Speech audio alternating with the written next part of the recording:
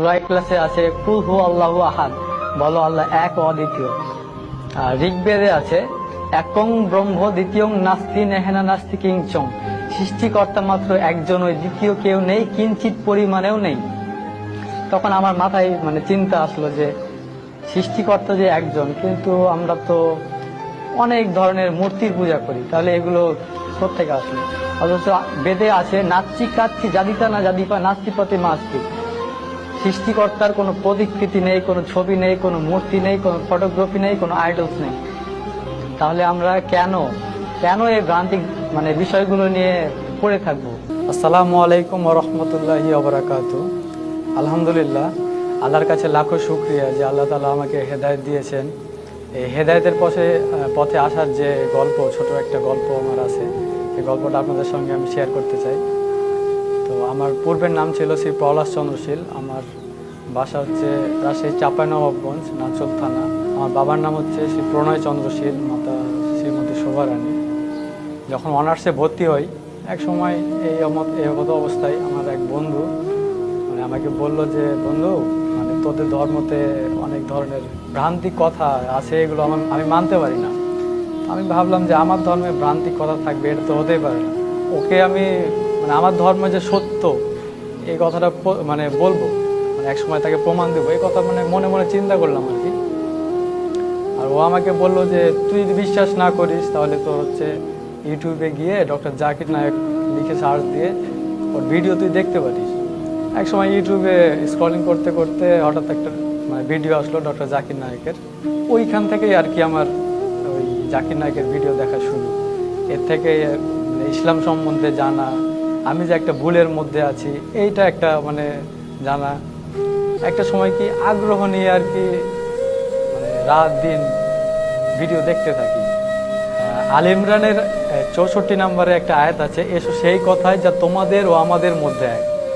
তো ডক্টর জাকির নায়েক দেখবেন মাঝে মাঝে যখন বিভিন্ন ধর্মের মধ্যে আলোচনা করে, এই আয়াতটার উদ্ধৃতি দেয়। আমি খোঁজার চেষ্টা করলাম যে ইসলাম ধর্ম যে সত্য, হিন্দু ধর্ম বা অন্যান্য ধর্ম যে মিথ্যা, এটা কিভাবে আমি বুঝবো। এক সময় উনি ওনার একটা বক্তব্যে আমি জানতে পারলাম সূরা ইখলাসে আছে কুল হু আল্লাহু আহাদ, বলো আল্লাহ এক অদ্বিতীয়। আর ঋগ্বেদে আছে একং ব্রহ্ম দ্বিতীয়ং নাস্তি নেহেনা নাস্তি কিঞ্চং, সৃষ্টিকর্তা মাত্র একজন, ওই দ্বিতীয় কেউ নেই, কিঞ্চিত পরিমাণেও নেই। তখন আমার মাথায় চিন্তা আসলো যে সৃষ্টিকর্তা যে একজন, কিন্তু আমরা তো অনেক ধরনের মূর্তির পূজা করি, তাহলে এগুলো কোত্থেকে আসলো? অথচ বেদে আছে নাচ্চি কাচ্চি জাদিতা না জাদিপা নাস্তিপতি মাস্তি, সৃষ্টিকর্তার কোনো প্রতিকৃতি নেই, কোনো ছবি নেই, কোনো মূর্তি নেই, কোনো ফটোগ্রাফি নেই, কোনো আইডলস নেই। তাহলে আমরা কেন এই ভ্রান্তিক বিষয়গুলো নিয়ে পড়ে থাকবো? আমার চিন্তা ভাবনা শুরু হলো, আরও জানলাম। হিন্দু ধর্মের কল্কি অবতার নামে একটা বই আছে। ওই কল্কি অবতারে একটা শেষ অবতার, যার নাম হবে নরসংসা অর্থাৎ প্রশংসিত ব্যক্তি। প্রশংসিত ব্যক্তিকে আপনি যদি আরবিতে নিয়ে যান, তাহলে হবে মোহাম্মদ অর্থ হচ্ছে প্রশংসিত ব্যক্তি। ওই থেকে আর কি মনের মধ্যে একটা খটকা, যে আরেকটা মন্ত্র আমি পেলাম কল্কি অবতারে, লা ইলাহা হরিতি পাপং ইল্লো ইলাহা পরম পাদম জন্ম বৈকুণ্ঠ অপরিণীতি জপিনাম মোহাম্মদম। এখানে আল্লাহর কথা আছে, রাসূল সাল্লাল্লাহু আলাইহি সাল্লামের কথা আছে। তখন আর কি আমি পুরোপুরি শিওর হয়ে গেলাম। তারপর আরও মন্ত্র আছে, হতারমেন্দ্র মহাসুরেন্দ্র অল্লং জ্যেষ্ঠং শ্রেষ্ঠং পরমং ব্রহ্মং অল্ল রাসূল মোহাম্মদং অল্ল লাল লিখিতং। এই ধরনের এই মন্ত্রগুলোতে আর কি কল্কি অবতারে মোহাম্মদের, আমাদের যে নবী, শেষ নবী মুহাম্মদ সাল্লাল্লাহু আলাইহি সাল্লামের কথা আছে। এগুলা ধীরে ধীরে আমি বুঝতে পারলাম শুধু যে ইসলাম ধর্ম সত্য, এই কথাটা যাচাই করিনি যে খ্রিস্টান ধর্ম কেন সত্য নয়, বৌদ্ধ ধর্ম কেন সত্য নয়। সবগুলো ধর্ম যাচাই করতাম। বিভিন্ন পাদ্রীরা প্রশ্ন করতো ডক্টর জাকির নায়েককে, বিভিন্ন ধর্মের যাজকরা আসে প্রশ্ন করতো যে ডক্টর জাকির নায়েক যেসব উত্তর দিতেন কোরআন হাদিস থেকে, আশ্চর্যজনক। ইসলাম ধর্ম যে সত্য, এটা যে তিনি বুঝিয়েছেন, এই কথাটা এইটা আমার মাথায় গেঁথে গিয়েছিল। এরপরে আমি ইউটিউবে একটা চ্যানেল পেলাম হেদায়েতের পথে। এখানে গিয়ে আমার দিনী ভাই আব্দুর রহমান ভাইয়ের, ওনার সাক্ষাৎকারটা আমি দেখলাম। আল্লাহর কসম, আল্লাহর কসম, আল্লাহর কসম, এই ভিডিওটা দেখার পরে আমার মানে এই মুহূর্তে ইসলাম ধর্ম গ্রহণ করতে হবে এরকম একটা চিন্তা ভাবনা আর কি। ওনার নাম্বারটা নিলাম, নাম্বারটা নিয়ে ফোনে সেভ করে রাখলাম। তো তার পরের দিন আমি মাঠের মধ্যে গিয়ে ভাইকে ফোন দিলাম। মানে বাড়িতে থাকলে হয়তো কেউ জানবে বা আমার কথা শুনে হয়তো কেউ আমাকে বিভ্রান্ত করার চেষ্টা করবে।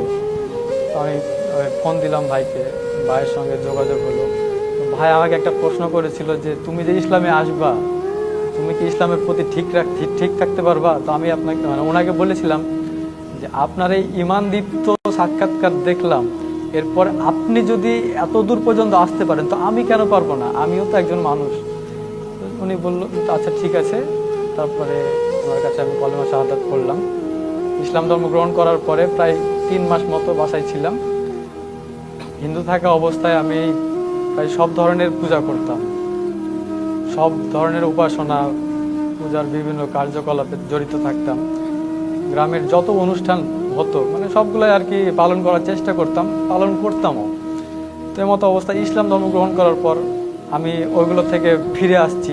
একটা সময় পরিবার হয়তো হালকা বুঝতেছে যে একটা সময় এত কিছু পালন করতো এখন করে না, তো সন্দেহ করতো। তো একটা সময় হলো কি বাড়ি থেকে বলতো যে পূজা কর, আজকে সন্ধ্যার সময় তুই পূজা কর। তো জাস্ট মায়েরা হয়তো বাইরে কাজ করছে, আমি দরজা লাগাই দিয়ে পূজা না করে রুমের ভিতরে বসে থাকতাম। একটা সময় হতো কি যে আমাকে বলতো প্রসাদ খা, আমি প্রসাদটা মুখে নিয়ে হয়তো চিবাচ্ছি, বাসার বাইরে গিয়ে ফেলে আসলাম, আবার বাসার বাইরে থেকে অজু করে আসলাম। এভাবে আমার চলতে থাকে প্রায় 3টা মাস। একটা সময় দেখলাম যে আমার অজু করতেও যেন মানে খুব ভালো লাগছে। ওই সময় আমি মানে দিনের বেলা তো ওখানে নামাজ পড়ার কোনো সুযোগ নাই বাসায়, আর আমাদের মানে গ্রামটা হচ্ছে প্রায় অর্ধেক হিন্দু, ওখানে যে কারোর সঙ্গে শেয়ার করবো সেই মানে সাহসটা পর্যন্ত আমি পাইনি। তো একটা সময় কি করতাম, বাসায় যখন সবাই ঘুমিয়ে যেত তখন আমি এশার নামাজটা অন্তত পড়তাম। তো এশার নামাজ পড়ার সময় মানে এত শান্তি লাগতো, এত ভালো লাগতো, আর কোনো কিছু মানে চিন্তার বাইরে ছিল। আমার রুমে জানালাটা খোলা আছে, আমি এশার নামাজ পড়ছি, এশার নামাজ তাসওয়াদের বৈঠকে বসে আছি, সালাম ফিরালাম। এই সময় জানালা দিয়ে আমার মামাতো ভাই উঁকি মারতেছে, আমাকে বলছে তুই কি করছিস? আমি বলছি এই তো না কিছু না, মাথা ব্যথা করছে তাই বসে আছি। তো মানে ও বলছে যে বসে আছিস তো এইভাবে বসে আছিস কেন? এইভাবে তো বসে থাকা মানে এটা মুসলিমরা বসে থাকে। ও জাস্ট সন্দেহ করলাম, ওকে সন্দেহ করলো কোনো রকমে। আমি ওকে বুঝালাম যে 3 মাস ছিলাম একমাত্র কারণ হচ্ছে আমার বোনের বিয়ে, কারণ আমি যে ইসলাম ধর্ম গ্রহণ করেছি এই কারণে যে আমার ফ্যামিলির ক্ষতি হয়ে যাবে, মানে এই কথাটা চিন্তা ভাবনা করতে আমার কেমন যেন একটা লাগতো। তো ছিলাম, বোনের বিয়ে হলো। তারপর একটা সময় আবার মানে শয়তানের ধোঁকা যে তুই তো চলে যাবি, ফ্যামিলির একমাত্র ছেলে তুই, তুই যদি চলে যাস তো বাবা মাকে কি খাওয়াবে, মানে এই ধরনের চিন্তা ভাবনা আসতো। কোথায় যাব আমার চিন্তা ভাবনা নাই, চিন্তা ভাবনা ছাড়াই বাসার থেকে বের হয়ে গেলাম। বাসার থেকে বের হয়ে প্রায় রাত্রে 2টার দিকে আমি গাবতলীতে বাস থেকে নেমে মানে ফুটপাতে বসে আছি। এখন মনে হচ্ছে কোথায় যাব, কি করব, এই সব চিন্তা ভাবনা। দরকার যদি হয় সারাটা জীবন আমি রাস্তায় কাটিয়ে দিব, রাস্তায় কাটাবো, নামাজ পড়বো, হয়তো কোনো একটা কাজ করব, ছোটোখাটো দিন চলে যাবে ইনশাআল্লাহ। তো হঠাৎ করে আমার একটা কথা মনে পড়লো যে নারায়ণগঞ্জে তো আব্দুর রহমান ভাই থাকেন, তো ওনার নাম্বারটা আছে, ফোন দিও নাকি। আমি জাস্ট ওনাকে ফোন দিলাম, উনি কোনো কথা ছাড়াই বলল যে সমস্যা নাই ভাই, আপনি আমার দিনী ভাই, আপনি আমার নিজের ভাইয়ের থেকেও এখন আপন, আপনি চলে আসেন। তো আমি নারায়ণগঞ্জে আসলাম। আমি যখন বাড়ি থেকে বের হয়ে আসি তখন মানে আমার চিন্তা ভাবনা হয়েছিল যে আমি বাড়ি থেকে বের হয়ে আসলে একটা না একটা কিছু ঘটবে, এই জন্য আমি বাসা থেকে ফোন, সিম কিছুই নিয়ে আসিনি। ফোনে যত সিমে যত নাম্বার ছিল, যত contact number, Facebook, Messenger, WhatsApp, Twitter সব কিছু আনইনস্টল করে সেট ফরম্যাট মেরে আমার জন্য যাতে কেউ মানে ক্ষতিতে না পড়ে। হয়তো আমার বাবা মা ভাববে যে আমার ওই বন্ধুটার জন্যে হয়তো আমি এই ইসলাম ধর্মে আসলাম, হয়তো ওনার ওই বন্ধুর ক্ষতি করবে। তারা ভাবলো যে কোনো মেয়ের জন্য হয়তো ইসলাম ধর্ম গ্রহণ করেছে, যাচ্ছে, 5-6 দিন যাবে বা 2-4 মাস যাবে, ওর নিজের ভুলটা বুঝতে পারবে, আবার ফিরে আসবে। তারপরে বললো যে তোকে কেউ জোর করেছে কিনা, বল, কোনো সমস্যা নাই, আমরা তোকে নিয়ে আসছি। একটা সময় ওরাও আস্তে আস্তে বুঝলো যে না, এমনটা কিছু না। আমি যে বুঝতে পেরেছি যে ইসলাম ধর্ম, আল্লাহর প্রেরিত ইসলাম ধর্মটাই যে সত্য। আল্লাহ যেরকম বলেছে ইন্না দীনা ইনদাল্লাহিল ইসলাম, আল্লাহর কাছে একমাত্র মনোনীত ধর্মই হচ্ছে ইসলাম। তারপরে তারা আস্তে আস্তে বুঝতে পারলো যে আমি মানে কোনো কোনো কিছু পাওয়ার লোভে আর কি ইসলাম ধর্ম গ্রহণ করিনি। এরপরে আর কি তাদের সঙ্গে যোগাযোগ খুব মানে হয় না, তারাও আর যোগাযোগ করে না। এইভাবেই চলছে আর কি দিন। আত্মীয়রা ফোন দিত, যে বোঝাতো, সম্পত্তির লোভ দেখাতো। মামারা ফোন দিয়ে বলতো যে তোর তো এত সম্পত্তি, তোর বোনকে দিয়ে দিলে এই করবে সেই করবে। আমি বলছি, আমার বোনই তো পাচ্ছে, আর তো কেউ পাচ্ছে না। তো আমার বোন পাচ্ছে, তো আমার মানে এত কি আছে, আমার বোনকে দিচ্ছে, ভালো কথা। তো আমি বোন মানে একটা সময় ফ্যামিলিতে প্রস্তাব দিয়েছিলাম প্রথম দিকে যে তোমরা যদি মেনে নাও যে আমি আমার ধর্ম পালন করব, তোমরা তোমাদের ধর্ম পালন করবা, তাহলে আমি বাসায় আসি। ওরা বললো যে না, আমাদের বাসায় আসতে হলে তোকে আবার পূর্বের অবস্থায় আসতে হবে, হিন্দু হয়ে। আমি এইসব বিষয়ে গুরুত্ব দিইনি। আমি দিনের পথে টিকে আছি, আল্লাহর অশেষ রহমত। সত্যের পথে আসলে, দিনের পথে আসলে মা বাবা ভাই বোন আত্মীয় পরিজন সবাই পর হয়ে যায়। একমাত্র যারা দিন বুঝে তারাই আপন হয়। তো তারা হয়তো মন খারাপ করে, রাগে ক্ষোভে আছে, কিন্তু আমার সঙ্গে যোগাযোগ করার চেষ্টাও করে না। আজ পর্যন্ত কোনো ফোন দেয়নি। আমি হয়তো তাদের কাছে ইসলাম পৌঁছে দিতে চেষ্টা করছি। ইনশাল্লাহ আপনারা সবাই দোয়া করবেন তারা যাতে এই সত্যের পথে আসতে পারে, আল্লাহ যাতে তাদের হেদায়েত দেয়। আমি যখন ইসলাম ধর্ম গ্রহণ করি তখন আমার মানে এলাকার মুসলমানদের প্রতি আমার একটা ক্ষোভ ছিল। ক্ষোভটা ছিল এইটা যে আমি যে হিন্দু, আমাকে দাওয়াত দেয়নি কেন এতদিন পর্যন্ত।